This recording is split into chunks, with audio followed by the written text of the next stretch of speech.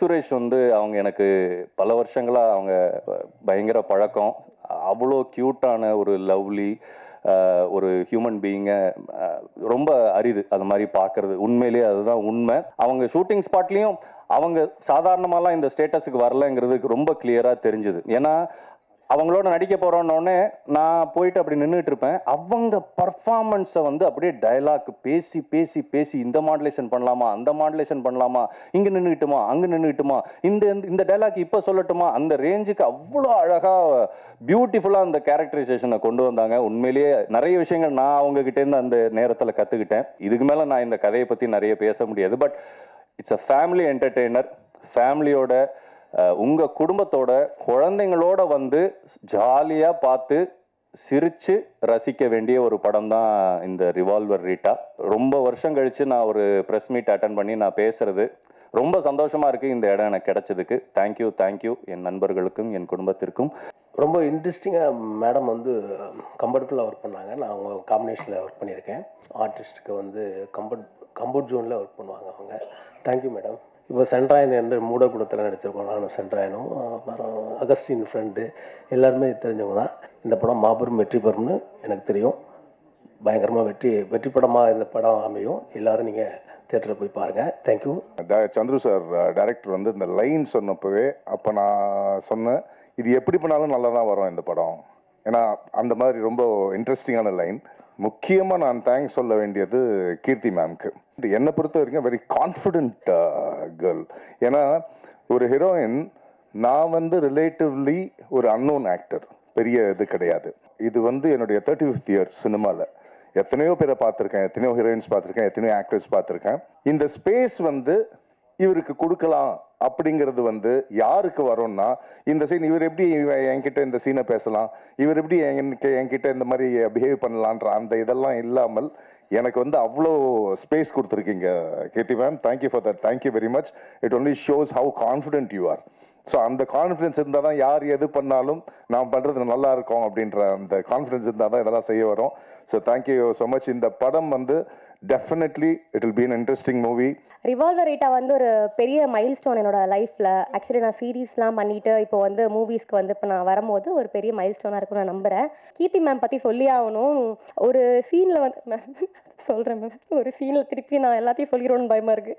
ஒரு சீனில் வந்து டோர் வந்து புஷ் பண்ணுற மாதிரி ஒரு சீன் இருந்துச்சு. நான் மேம் மேலே பற்றக்கூடாதுன்னு அன்றைக்கி தான் ஃபர்ஸ்ட் டே பார்த்தேன்னு நினைக்கிறேன். மேம் பற்றக்கூடாதுன்னு மெதுவாக தள்ளுறேன். மேம் வந்து இப்படியா டோர் தள்ளு அப்படின்னாங்க. சரி ஓகே ஒரு புஷ் கொடுப்போன்னு புஷ் கொடுத்தேன். அடுத்த வாட்டி மேம் பட்டுருச்சா மேம், மூக்கில் தான் பட்டுருச்சா மேம்னு, பத்தலையே உங்ககிட்ட ஃபோர்ஸ் பத்தலையே அப்படின்னாங்க. நெக்ஸ்ட் டே ரொம்ப ஒரு தள்ளிட்டேன். மேம் வந்து பட்டுச்சா மேம், இது ஆச்சா மேம், இல்லை சீனா அப்படி தான் இருக்கும், அப்படி தான் பண்ணணும் அப்படின்னாங்க.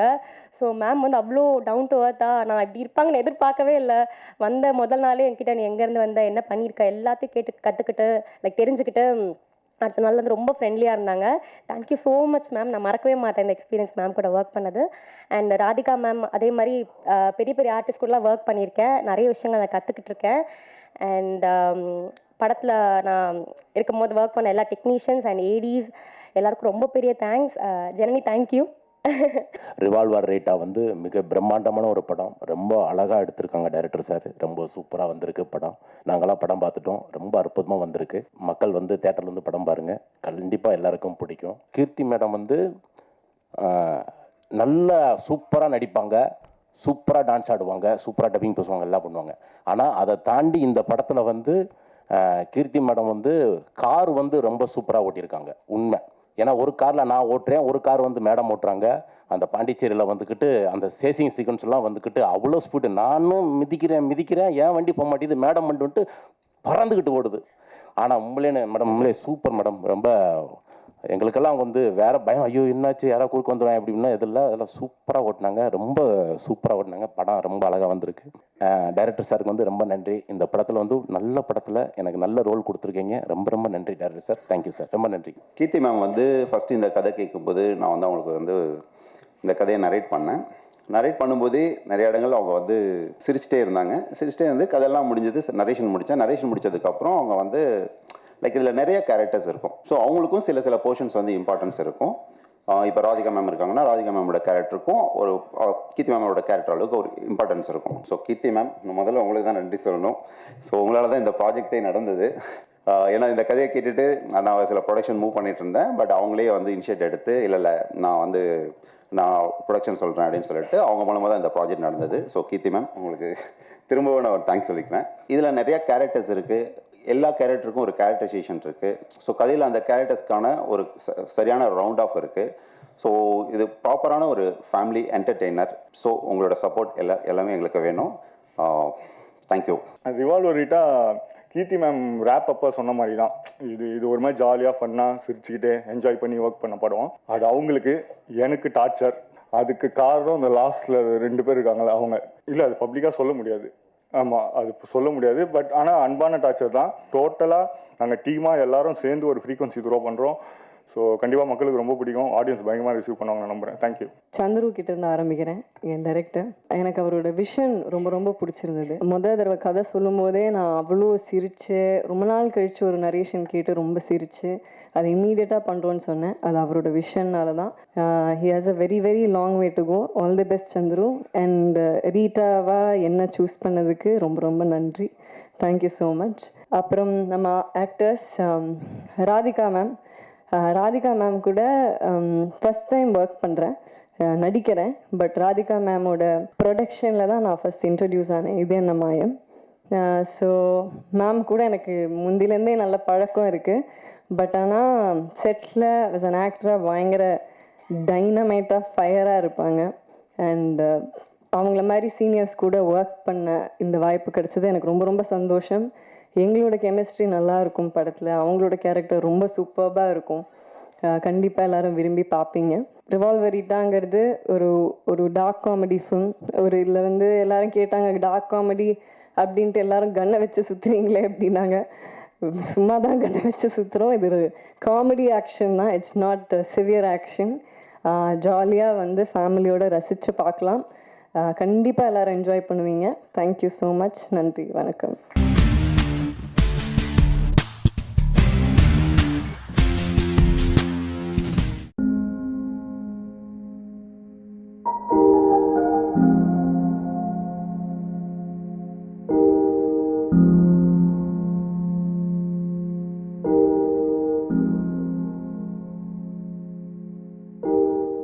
இன்றைக்கி எங்கள் படத்தோட பூஜை நடந்துச்சு. இது புது பேனர். ஆக்சுவலி இதோட ப்ரொடியூசர் வந்து லோகேஸ்வரன். அவர் வந்து ஆர்மியில் ரிட்டையர் ஆகிட்டு ஒரு பேஷனட்டாக இங்கே நம்ம இண்டஸ்ட்ரிக்கு ஃபஸ்ட்டு வந்திருக்காரு. ஒரு ஹாரர் ஃபிலிம் இது. ஆக்சுவலி இது வந்து ஒரு டிப்பிக்கலான ஒரு ஹாரர் ஃபிலிம் இல்லாமல் கொஞ்சம் டிஃப்ரெண்ட்டாக நாங்கள் நிறையா ட்ரை பண்ணியிருக்கோம். அது கண்டிப்பாக எங்கேஜிங்காக இருக்கும். ஸோ இதில் வந்து முக்கியமான கேரக்டராக வந்து மதன் சார் பண்ணுறாங்க. அப்புறம் ஜோவிட்டா மேம் நடிக்கிறாங்க, சார் நடிக்கிறாரு. அப்புறம் வந்து ஆதர்ஷ்னு ஒருத்தர் லீட் பண்ணுறாரு. நான் ஒரு முக்கியமான கதாபாத்திரத்தில் நடிக்கிறேன். டைரக்டர் கிஷான் ஒரு நல்ல வாய்ப்பு கொடுத்துருக்காங்க. மேபி இந்த படம் நிச்சயமாக ஒரு வழக்கமான ஹரார் படமாக இல்லாமல் ஒரு புது விதமான ஒரு பெரிய முயற்சியாக தான் நான் பார்க்குறேன். நான் கதை கேட்டேன், கதை ரொம்ப பிரமாதமாக இருந்துச்சு. அப்படி ஒரு படத்தில் எனக்கும் ஒரு முக்கியமான கதாபாத்திரம் கொடுத்துருக்கிறதுக்கு இயக்குனருக்கும் தயாரிப்பாளருக்கும் அதே மாதிரி இதில் ஒர்க் பண்ணுற தொழில்நுட்ப கலைஞர்களுக்கும் என்னுடைய சக கலைஞர் எல்லாத்துக்கும் நன்றியை தெரிவிச்சுக்கிறேன். என்னை நிறைய பேர் வந்து டிவியில் பார்த்துருப்பாங்க. சினிமாவுக்கு வந்து நான் ஒரு புதுமுகம் தான். ஆனால் ஒரு புதுமுகத்துக்கு இந்த படத்தில் ஒரு பெரிய லீடிங் கேரக்டர் கொடுத்த இயக்குனர் கிஷன் சாருக்கும் ப்ரொடியூசர் லோகேஸ்வரன் சாருக்கும் இந்த நேரத்தில் நான் என்னோடய நன்றியை தெரிவிச்சுக்கிறேன். Thank you so much sir. And இந்த படம் வந்து சார் சொன்ன மாதிரி வழக்கமாக இருக்கிற ஹாரர் மூவிஸ் மாதிரி இல்லாமல் ஒரு டிஃப்ரெண்ட்டான கதைக்களமாக இருந்தது. எனக்கு ரொம்ப பிடிச்ச ஜேர்னர். ஆக்சுவலி ஹாரர் பொதுவாகவே எனக்கு ரொம்ப பிடிக்கும். அதனால கதையை கேட்கறதுக்கு முன்னாடியே நான் பண்ணணும்னு ஃபிக்ஸ் பண்ணிட்டேன். கதை கேட்டதுக்கப்புறமா எனக்கு இன்னும் பண்ணணுன்ற இன்ட்ரெஸ்ட் வந்துச்சு. சின்ன திரை வந்து ஆக்சுவலி நான் ஒரு எக்ஸ்பீரியன்ஸ்க்காக தான் ஆக்சுவலி போனேன். எனக்கு நிறையா கற்றுக் கொடுத்துச்சு. இன்றைக்கி நான் கேமரா முன்னாடி கான்ஃபிடென்ட்டாக பேசுகிறேன்னா அதுக்கு காரணம் வந்து கண்டிப்பாக சின்ன திரை தான். But to be a part of சினிமான்றது வந்து எனக்கு ஒரு சைல்ட்ஹுட் ட்ரீம் மாதிரி. ஸோ அது வந்து கொஞ்ச நாளைக்கு சீரியல் தள்ளி வச்சுட்டு கொஞ்சம் படங்கள் நடிக்கலாம்னு நினைக்கிறேன். ஸோ தொடர்ந்து உங்களோட அன்பும் ஆதரவும் எங்களுக்கும் எனக்கும் இந்த படத்துக்கும் கொடுப்பீங்க நம்புகிறேன். Thank you so much. இந்த படமும் டைரக்டர் கதை சொன்னார், நான் கேட்கல, என் பொண்ணு சொல்லிச்சு ரொம்ப அருமையான கதைன்னு சொல்லிட்டு. கண்டிப்பாக அந்த படம் ஜெயிக்கணும். சின்ன சின்ன படங்களுடைய அதுக்காக முயற்சி பண்ணிகிட்டு இருக்க யங்ஸ்டர்ஸ்க்கெலாம் நான் ஒன்று சொல்கிறேன், அனுபவத்தில் சொல்கிறேன். நான் 40 வருஷமாக சினிமாவில் இருக்கேன். நல்ல கதையை பண்ணுங்கள் ஃபஸ்ட்டு, அதான் முக்கியம். ஒரு நல்ல கதை தோற்றதா சரித்திரமே கிடையாது. அதே மாதிரி ஒரு குப்பை கதை ஜெயிச்சதா வரலாறே கிடையாது. நல்லா இருந்தால் கண்டிப்பாக டிஸ்ட்ரிபியூட்டர் வாங்குவாங்க, தியேட்டர்லேயும் வாங்குவாங்க. அதனால் இப்போ இருக்க யங்ஸ்டர்ஸ்லாம் கதையில் முழு கவனத்தை நீங்கள் செலுத்தணும்னு என்னுடைய தாழ்மையான ஒரு வேண்டுகோள் இது. இப்போ நான் முதல் முறையாக நான் வந்து ஒரு படம் பண்ண வரப்போகிறேன் சினிஃபீல்டில். அது வந்து நம்ம நண்பர் பாலா 2 பேரும் ஒரே இடத்துல வேலை செஞ்சோம் ஆர்மியில். அவர் தான் என்கிட்ட சொன்னார், சரி இந்த மாதிரி பண்ணுறீங்களான்னு ஒன்று கேட்டார். என் நண்பர் இருக்கிறாரு, டேரக்டர் ஒருத்தர் இருக்காரு, நீங்கள் கதை கேளுங்க அப்படின்னாரு. கேட்டோம். நாங்கள் இது பண்ணுறது வந்து மெயின் வந்து எக்ஸ் சர்வீஸ் மேனுக்காக ஒரு இது பண்ணுறோம். நாங்கள் ஒரு பட்ஜெட் ஒரு சிறப்பான ஒரு இது பண்ண போகிறோம். அதுக்காக தான் இதில் நான் இப்போ வந்து இன்வெஸ்ட்மெண்ட் பண்ணுறேன். அதுக்கு முக்கியமாக நீங்கள் தான் எனக்கு ஒத்துழைப்பு கொடுக்கணும், நீங்களும் தமிழ் மக்களும்.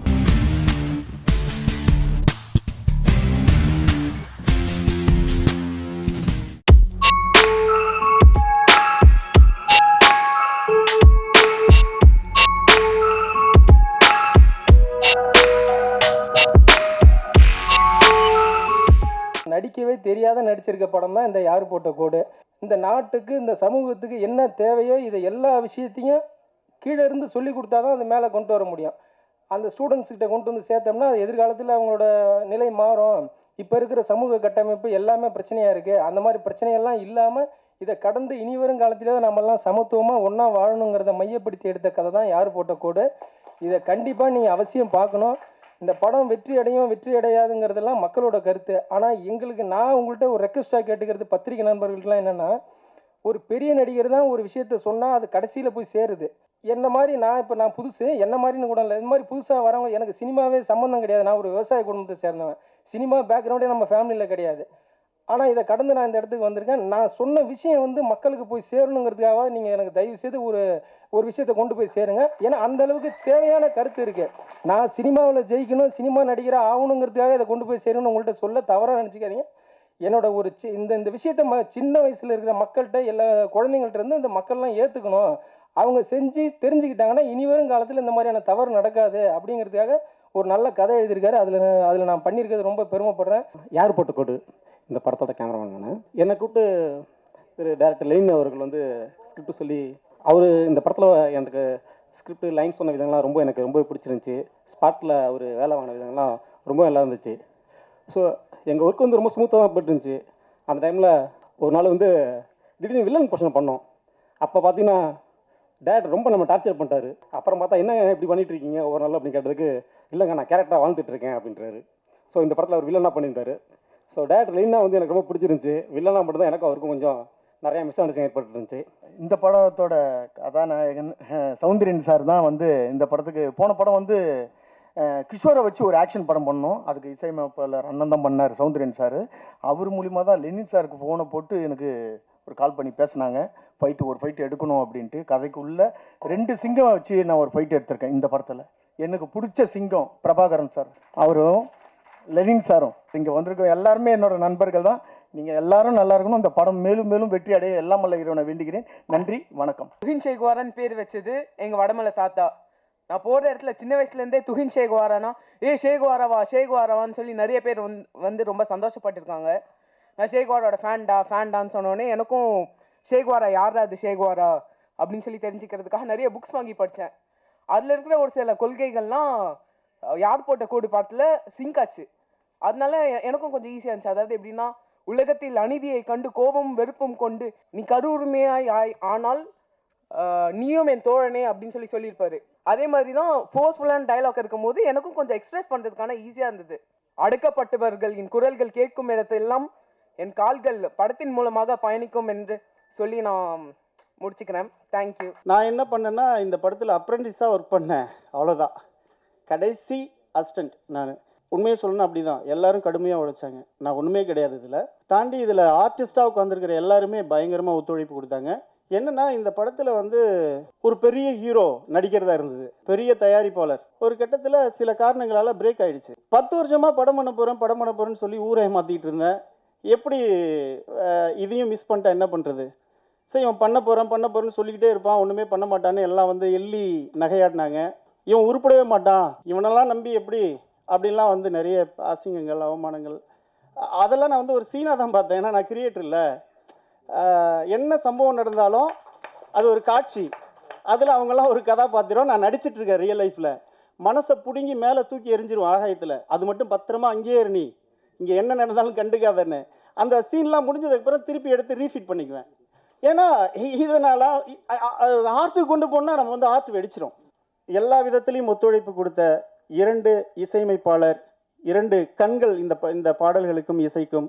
அந்த 2 கண்களும் எந்த கண் வந்து பெரிய கண் சின்ன கண் இல்லை, 2 கண்ணும் இருந்தால் தான் அந்த முகமே அழகாக இருக்கும். அப்படி 2 கண்களாக வந்து உட்கார்ந்துருக்கிற 2 கதாநாயகர்கள் இசையமைப்பாளர்களுக்கும் என்னோட ஆழ்ந்த நன்றியை தெரிவித்துக் கொள்கிறேன் இதயத்திலிருந்து.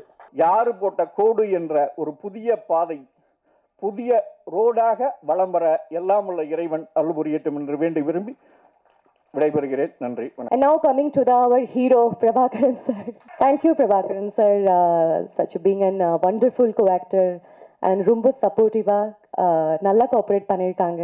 அவங்க நல்லா நடிச்சிருக்காங்க. ஆக்சுவலி இட்ஸ் டெபியூ படம். ஆனால் அந்த டெபியூ மாதிரி தெரியலையே, ரொம்ப ப்ரொஃபஷ்னலாக பேஷனட்டாக ஒர்க் பண்ணியிருக்காங்க. So all the best for your upcoming projects. Thank you so much. So technician பற்றி கண்டிப்பாக சொல்லணும். நம்ம ஹீல்ஸில் ஷூட் பண்ணியிருக்கோம். So it was very difficult to shoot there. So அவங்க இல்லாமல் கண்டிப்பாக ஷூட்டிங் நடந்திருக்காது. So they have done their best efforts in this movie. So என்னோட பெரிய thanks to all the technicians and entire crew of யார் போட்ட கோடு and show some of your love, supports and blessings towards us. And thanks to entire press, media and all the guests, Durai sir, Chennai Amit Commissioner sir, thank you so much for giving us such a valuable time to us, and thank you so much. Nandri, vanakkam. இது யார் போட்ட கோடு ஆரம்பிச்சு அடுத்து, ஆனால் பெரிய கோடு, நீண்ட கோடு ஆரம்பித்து ஒரு 4-5 வருஷமாக இழுத்துட்டு வந்த கோடு இது இங்கே வந்து நிற்கிது. ரொம்ப அருமையான ஒரு விஷயம். அதாவது இன்றைக்கி எல்லாருமே வந்து சாதியை வச்சு படம் பண்ணினா பெரியலாயிடலாம் அப்படின்ற மாதிரி தான் அந்த இடத்த பிடிக்க ஆரம்பிச்சிட்டாங்க. அது ஆல்ரெடியே ஒரு 2 பேர் பிடிச்சி தொங்கிட்டு இருக்காங்க. புதுசாக வரவங்களும் அதை தான் பண்ணிட்டு இருக்காங்க பின்னாடி.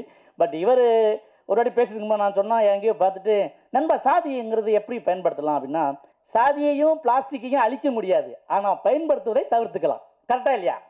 ஸோ அந்த மாதிரி தவிர்த்துக்கலாம் என்பதை ரொம்ப சத்தமாக ஒரு கோடு போட்டு இந்த யாரு போட்ட கோடில் சொல்லியிருக்காரு.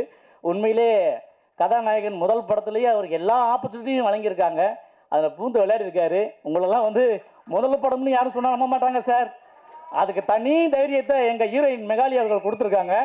ஏன்னா அவங்க ஒத்துழைப்பு இல்லைன்னா அதெல்லாம் செய்ய முடியாது, வேறு விஷயம். ஸோ இந்த படம் மாபெரும் வெற்றி அடையணும்னு எல்லா சார்பையும் கேட்டுக்கிறேன்.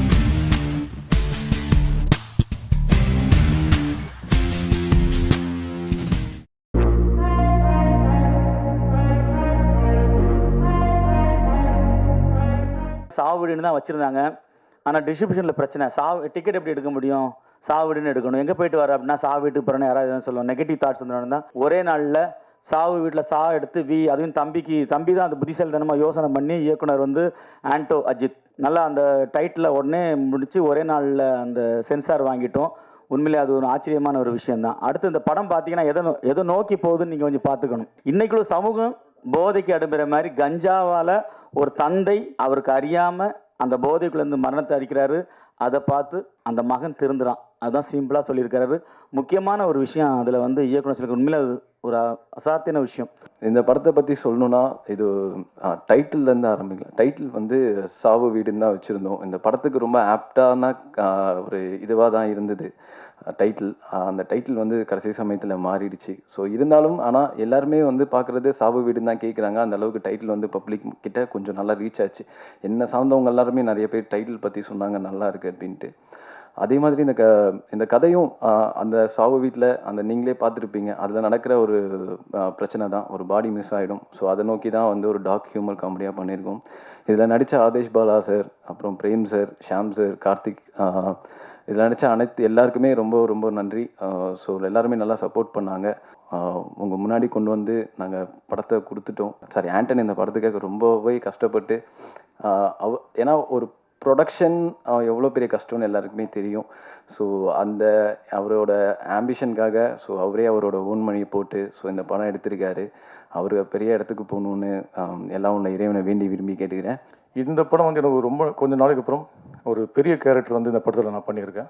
ஒரு படம் ஃபுல்லாக த்ரூஅவுட்டாக ஒரு கேரக்டர், ஒரு அருமையான கேரக்டர் ஒன்று பண்ணியிருக்கேன். அதுக்கு வந்து இயக்குனர் ஆண்டன் அஜித்துக்கு வந்து அவருக்கு நான் தேங்க்ஸ் சொல்லிக்கிறேன். சகோதரர் என்கிட்ட வந்து முன்னாடி கதை சொல்லும் போதே சொன்னார், ரொம்ப நல்லா இருக்குண்ணா, டார்க் ஹியூமர் அப்படின்னாரு. அந்த என்ன அப்போ வந்து என்கிட்ட என்ன கதை சொன்னாரோ அந்த கதையை அவர் எடுத்திருக்காரு. அது இல்லாமல் இதில் ஒரு நல்ல மெசேஜ் ஒன்று இருக்குது. அந்த இப்போ ரீசெண்டாக நம்ம வந்து கஞ்சா மேட்டர்லாம் நிறைய பேப்பரில் படிக்கிறோம், நிறைய அதனால் வந்து நிறைய சீரியல்கள் நடக்குது அப்படின்ற விஷயங்கள்லாம் படிச்சுட்டு இருக்கோம். அது வந்து இல்லைப்பா அந்த மாதிரி கஞ்சா விஷயத்துக்கு போகக்கூடாது அப்படின்ற ஒரு நல்ல மெசேஜ் கொடுத்துருக்காரு. கதை வந்து ஒரு டெத் ஹவுஸில் வந்து பிளான் பண்ணியிருந்தேன். எப்படின்னா ஒரு சாவு வீட்டில் உட்காந்துருக்கும் போது சும்மாவே உட்காந்துருப்போம்ல, ஏதாவது ஒன்று மைண்டில் ஓடிக்கிட்டே இருக்கும். அந்த டைமில் வந்து இப்போ இந்த டெட் பாடி வந்து இல்லைனா என்ன ஆகும் இந்த சுச்சுவேஷன் அப்படின்றது ஒரு ஸ்பார்க்காக வந்துச்சு. அதுக்கப்புறம் அந்த சுச்சுவேஷனில் இந்த மாதிரிலாம் யோசிக்கக்கூடாது, இந்த சாவு வீட்டுக்கு வந்தால் நம்ம வந்து அமைதியாக அந்த மாதிரி இருந்துட்டு போயிடணும், அந்த மாதிரி தோணுச்சு. ஓகே, இது வந்து ஒரு ஸ்டோரியாக டெவலப் ஆகும் அப்படின்ற ஒரு கான்ஃபிடென்ட் இருந்துச்சு. ஸ்பார்க் அங்கேருந்து தான் எனக்கு கிடச்சிச்சு. அப்படிங்கும் போது இதை என்னவா ட்ரீட் பண்ணலாங்கும் போது காமெடியாக ட்ரீட் பண்ணலாமா அப்படிங்கிறதே எனக்கு ஃபஸ்ட் ஐடியா இல்லை. காமெடியாக ட்ரீட் பண்ணணுன்றது ஃபஸ்ட்டு எனக்கு ஐடியா இல்லை. ஒரு த்ரில்லராக தான், ஃபுல் அண்ட் ஃபுல் த்ரில்லர், ஒரு சஸ்பென்ஸு, யார் அந்த மாதிரி போயிடலாம் அப்படின்ற மாதிரி தோணுச்சு. அதுக்கப்புறமா சரி அந்த மாதிரி அப்புறமா கிளைமேக்ஸில் எனக்கு ஒரு ட்விஸ்ட் வரும்போது தான் வந்து எனக்கு தோணுச்சு, அப்போ ஆடியன்ஸ் வந்து இந்த ட்விஸ்ட்டை வந்து அக்செப்ட் பண்ணோன்னா இதை வந்து நம்ம காமெடியாக தான் ட்ரீட் பண்ணோம். அப்படிங்கும்போது அப்போ சாவு வீட்டில் எப்படி காமெடி அப்படிங்கும்போது சரி அப்போது டார்க் காமெடின்னு இப்போ ஒன்று போயிட்டுருக்குல்ல, அந்த இதை எடுத்துக்கலாம் அப்படின்ட்டு அப்போ அந்த டார்க் காமெடி. ஸோ இந்த மாதிரி தான் இந்த ஸ்கிரிப்டே உருவாச்சு. ஸ்கிரிப்ட் உருவானோன்னா எங்கே பிச் பண்ணலாம் அப்படிங்கும்போது செதுக்கின மாதிரி சில பேர் இருந்தாங்க இந்த ஸ்கிரிப்டுக்குன்னு. உதய் ப்ரோ வந்து நான் முன்னாடிலேருந்தே ஃபாலோ பண்ணிருக்கேன். சைல்டு ஆர்டிஸ்ட்டாக பார்ப்போம், நல்ல பொட்டென்ஷியல் இருக்குது, ஆனால் ரொம்ப குட்டி குட்டி ரோலாக இருக்குது, நமக்கு ஒன்று தோணுதில்ல, அப்போது வந்து அதை முயற்சி பண்ணலாம் அப்படின்ற மாதிரி உதய் ப்ரோ சரி 100% இல்லை 200% இறங்கி எல்லாமே பண்ணார். லைக் ரொம்ப ஃப்ளெக்சிபிள், ஆக்டிங் பர்ஃபெக்டாக இருக்கும், டைமிங் கரெக்டாக இருக்கும், எல்லாமே லைக் ரொம்ப கம்ஃபர்டபுள். இந்த மாதிரியான ஒரு ஆர்டிஸ்ட் கிடைக்கிறது வந்து ஒரு ப்ரொடக்ஷனுக்கும் ஒரு டைரக்டருக்குமே ஒரு நல்ல ஒரு விஷயம். எல்லாத்தையும் பேசிட்டேன்னு நினைக்கிறேன். தேங்க்யூ.